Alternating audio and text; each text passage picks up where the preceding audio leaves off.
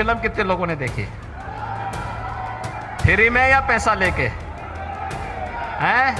अब चुनाव के बाद मैं बोलूंगा कि 1-2 शो फ्री का करवाना, ठीक है ना? एक फिल्म जिसने रिलीज से पहले ही बवाल मचा दिया, एक ट्रेलर जिसने कुछ लोगों को झकझोर कर रख दिया और कुछ को गुस्से से भर दिया। लेकिन असली धमाका तब हुआ जब उत्तर प्रदेश के मुख्यमंत्री योगी आदित्यनाथ ने इस फिल्म पर खुलकर बयान दिया। क्या फुले सिर्फ एक फिल्म है या एक आंदोलन की शुरुआत? क्या वाकई इस फिल्म के डायलॉग्स ने इतिहास की परतें उधेड़ दी हैं? और क्यों इस फिल्म के समर्थन में अब बड़े बड़े नेता सामने आ रहे हैं? आखिर क्या कहा योगी आदित्यनाथ ने जिसने पूरे देश की नजरें इस फिल्म पर टिका दी? जानिए फुले फिल्म के पीछे का वो सच जो सिर्फ पर्दे तक सीमित नहीं है बल्कि समाज की सोच, इतिहास और वर्तमान को भी झकझोर रहा है। वीडियो को आखिर तक जरूर देखिए क्योंकि अंत में कुछ ऐसा जानेंगे जो शायद आपने पहले कभी न सुना हो। इस फिल्म का ट्रेलर सामने आते ही माहौल गर्मा गया। एक डायलॉग और कुछ सीन को लेकर विवाद खड़ा हो गया। मांग, मेहर, पेशवाई जैसे शब्दों ने इतिहास की उस परत को छेड़ा जब जातिवाद गहराई तक फैला हुआ था। ट्रेलर में एक सीन में कहा गया, ये 3000 साल पुरानी गुलामी है। इस गुलामी से लोगों को स्वतंत्र करना चाहता हूँ, वो 3000 साल पुरानी है। जिसने कुछ लोगों को सोचने पर मजबूर किया तो कुछ वर्ग इससे आहत भी हुए। फिल्म पर विवाद बढ़ा, शिकायतें हुई, रिलीज डेट टली और सेंसर बोर्ड ने कई कट लगाए। लेकिन जब फिल्म रिलीज हुई तो सबकी नजरें उस वक्त इस पर टिक गईं जब उत्तर प्रदेश के मुख्यमंत्री योगी आदित्यनाथ ने इस पर बयान दिया। उनके बयान ने फिल्म को एक नई पहचान दी। अब बात सिर्फ सिनेमा की नहीं रही, अब ये सामाजिक सोच की बात बन चुकी है। जहां फिल्म के कुछ दृश्यों में ब्राह्मण बच्चों को सावित्रीबाई फुले के ऊपर कीचड़ और गोबर फेंकते हुए दिखाया गया था, ये दृश्य उन सामाजिक कड़वी सच्चाइयों को दिखाने की कोशिश कर रहा था जो उस समय के दलितों और महिलाओं को झेलनी पड़ती थी। लेकिन इन सीन्स और डायलॉग से कुछ ब्राह्मण समुदाय के लोगों को नाराजगी हुई और उन्होंने इस पर सोशल मीडिया पर अपना गुस्सा जताना शुरू किया। देखते ही देखते विरोध की लहर फैल गई और कुछ संगठनों ने तो फिल्म को बैन करने की भी मांग कर डाली। अलग अलग शहरों में इसको लेकर FIR भी दर्ज की गई और माहौल इतना तनावपूर्ण हो गया कि फिल्म की रिलीज पर खतरा मंडराने लगा। फिल्म की रिलीज डेट 11 अप्रैल तय थी, लेकिन विवाद इतना बढ़ गया कि मेकर्स को फिल्म को पोस्टपोन करना पड़ा और बाद में 25 अप्रैल को इसे रिलीज किया गया। अब सोचो, एक ऐसी फिल्म जो रिलीज से पहले ही इतने विवादों में घिर चुकी थी, लोग समझ ही नहीं पा रहे थे कि फिल्म आखिरकार दिखाना क्या चाहती है। ट्रेलर देखकर ही कुछ लोग इसे ब्राह्मण विरोधी बताने लगे थे तो कुछ इसे सामाजिक क्रांति की सच्चाई कह रहे थे। सोशल मीडिया पर बॉयकॉट के ट्रेंड चलने लगे थे और दूसरी तरफ कुछ बुद्धिजीवी और सामाजिक कार्यकर्ता फिल्म की तारीफ भी कर रहे थे। लोगों के बीच एक तरह का कंफ्यूजन था कि आखिर यह फिल्म किस मकसद से बनाई गई है। कुछ का मानना था कि यह फिल्म समाज सुधार का एक मजबूत संदेश दे रही है और एक ऐसे दौर को दिखा रही है जो किताबों में दब कर रह गया है। वहीं कुछ इसे धार्मिक भावनाओं को ठेस पहुंचाने वाला प्रचार कह रहे थे।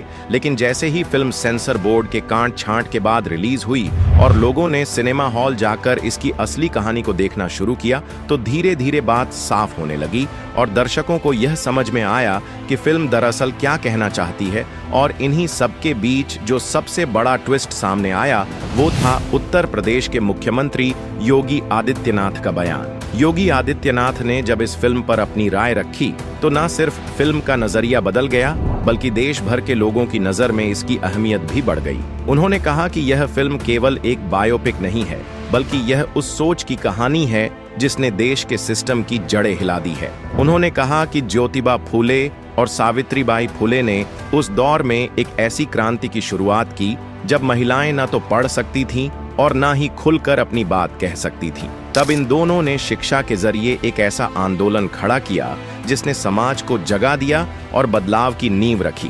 उन्होंने यहाँ तक कह दिया कि जो लोग इस फिल्म को सिर्फ एक साइड से देखने की कोशिश कर रहे हैं उन्हें इसे एक बार खुली आंखों और खुले दिल से देखना चाहिए, क्योंकि यह फिल्म नफरत नहीं बल्कि समझ की बात करती है।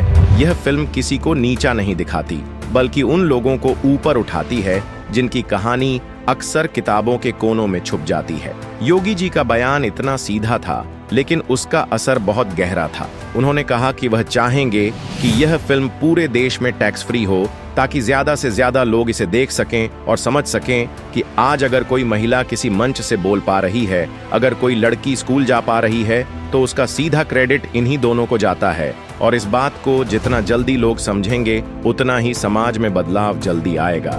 उनके इस बयान के बाद फिल्म को लेकर सोशल मीडिया का मूड तेजी से बदलने लगा। जहां पहले फिल्म को लेकर गुस्सा था, वहीं अब लोग इसे देखने की बात करने लगे।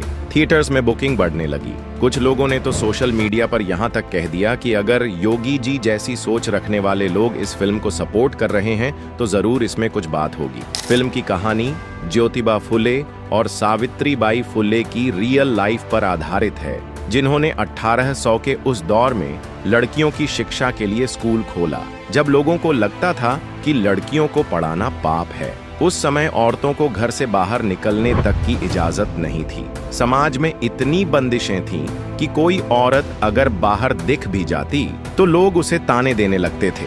और ऐसे माहौल में सावित्रीबाई फुले ने न सिर्फ खुद एक टीचर बनने का फैसला लिया, बल्कि लड़कियों को पढ़ाना भी शुरू किया। उन्होंने समाज की बेड़ियों को तोड़ने की एक कोशिश की, और इस कोशिश में उनके पति ज्योतिबा फुले हर कदम पर उनके साथ खड़े रहे। फिल्म इन्हीं दोनों की इसी संघर्ष भरी जर्नी को दिखाती है। लेकिन सिर्फ कहानी ही किसी फिल्म की सफलता तय नहीं करती। जब किसी फिल्म को राजनीतिक स्तर पर समर्थन मिल जाता है, तो उसका असर बिल्कुल अलग होता है। और जब यह समर्थन योगी आदित्यनाथ जैसे प्रभावशाली नेता का हो, तो फिर आम लोगों का माइंडसेट भी बदलने लगता है। बहुत सारे लोग जो पहले इस फिल्म को देखने में बिल्कुल भी दिलचस्पी नहीं दिखा रहे थे, उन्होंने अब इस फिल्म को अपनी फैमिली के साथ देखने की प्लानिंग करना शुरू कर दिया, और इसका सीधा असर फिल्म के बॉक्स ऑफिस कलेक्शन पर भी दिखने लगा। पहले दिन फिल्म की कमाई बहुत एवरेज रही और ओपनिंग कलेक्शन सिर्फ 15 लाख रुपए तक ही सीमित रहा। लेकिन जैसे ही योगी आदित्यनाथ का बयान सामने आया, लोगों की सोच में बदलाव आया और फिल्म की कमाई में हल्का उछाल देखा गया। दूसरे दिन इसका कलेक्शन बढ़कर 30 लाख तक पहुंच गया। तीसरे दिन फिल्म ने 50 लाख का आंकड़ा पार कर लिया, और फिर धीरे धीरे यह 60 लाख तक पहुंच गई। लेकिन चौथे दिन यानी सोमवार को जब सामान्य वीकडे का असर पड़ा, तो फिल्म की कमाई में फिर से गिरावट देखने को मिली, और इस दिन का कलेक्शन 24 लाख रुपए रहा, जिससे फिल्म फुले का 4 दिनों का कुल इंडियन नेट कलेक्शन सिग्नल के अनुसार 1,29,00,000 तक पहुंच चुका है। लोग अब सिर्फ फिल्म देखने नहीं जा रहे, बल्कि यह समझने जा रहे हैं कि आखिर इस फुले फिल्म में ऐसा क्या है जिसकी तारीफ खुद योगी आदित्यनाथ जैसे नेता कर रहे हैं। थिएटर से बाहर निकलते लोगों के रिएक्शन अब बदल चुके हैं। प्रतीक गांधी ने ज्योतिबा फुले और पत्रलेखा ने सावित्रीबाई का किरदार निभाया है, और दोनों की केमिस्ट्री को लेकर दर्शकों से काफी पॉजिटिव रिस्पॉन्स मिला है। योगी आदित्यनाथ के बयान के बाद कई राज्यों के मंत्रियों और नेताओं ने भी फिल्म की तारीफ की है। कुछ एजुकेशन एक्सपर्ट्स ने तो ये तक कहा है कि फुले जैसी फिल्म स्कूलों में दिखाई जानी चाहिए, ताकि आज की पीढ़ी समझ सके कि उनके अधिकारों के पीछे कितना बड़ा संघर्ष रहा है। धीरे धीरे ये फिल्म एक मूवमेंट बनती जा रही है, जो सिर्फ एंटरटेनमेंट नहीं, बल्कि एजुकेशन और सोशल अवेयरनेस की दिशा में भी असर छोड़ रही है। अगर आपने ये फिल्म देखी है, तो अपने अनुभव कमेंट में जरूर बताएं, और वीडियो पसंद आया हो तो लाइक, शेयर और चैनल सब्सक्राइब करना न भूलें।